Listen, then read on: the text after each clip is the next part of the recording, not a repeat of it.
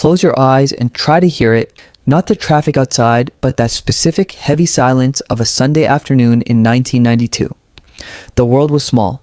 Your map was made of paper, and when you stepped out your front door, you effectively vanished. You existed in a world that allowed you to be nowhere. Now compare that to the buzzing, vibrating weight in your pocket right now. That phantom itch to check a notification that hasn't even arrived.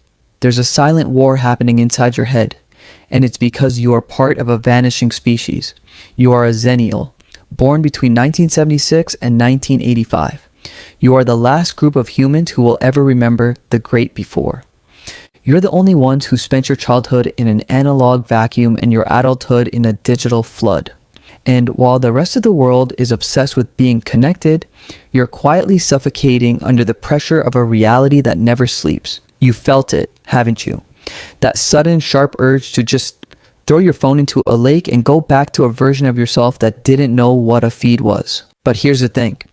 That feeling isn't just nostalgia, it's a biological rejection. And if you don't understand the internal rewire that happened to you during those formative years between the Walkman and the smartphone, you're going to spend the rest of your life feeling like a stranger in your own era. I don't know, it's kind of like, imagine being a deep sea diver who's suddenly forced to live in the desert. You have the lungs for one world, but you're being forced to breathe in another. And look, I get it. You're the tech translator.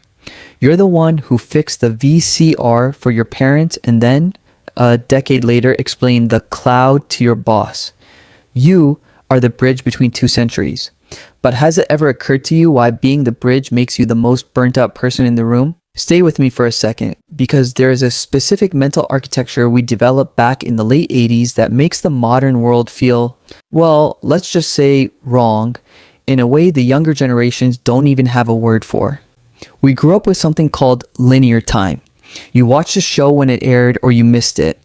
You waited for the mail, you had boredom, and that boredom was the soil where your creativity actually grew.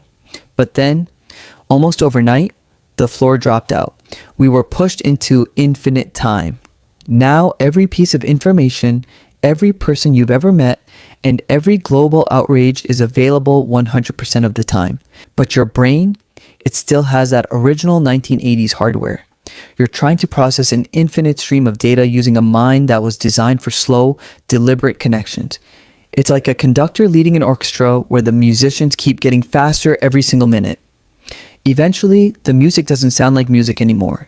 It's just noise. But here's where the story takes a weird turn. You might think this out-of-sync feeling is a flaw. You might think you're just falling behind. But what if that friction you feel is actually the only thing keeping you sane?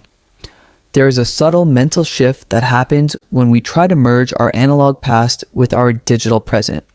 It's a glitch that most people ignore, but it explains why you feel lonely even when you're connected to everyone you've ever known. There's a catch though.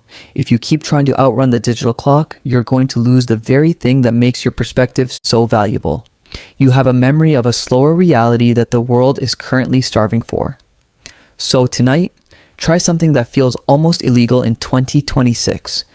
Put the phone in a drawer, close your eyes, and just sit with the version of you that existed before the world became a feed. You don't need an update, you just need to be offline.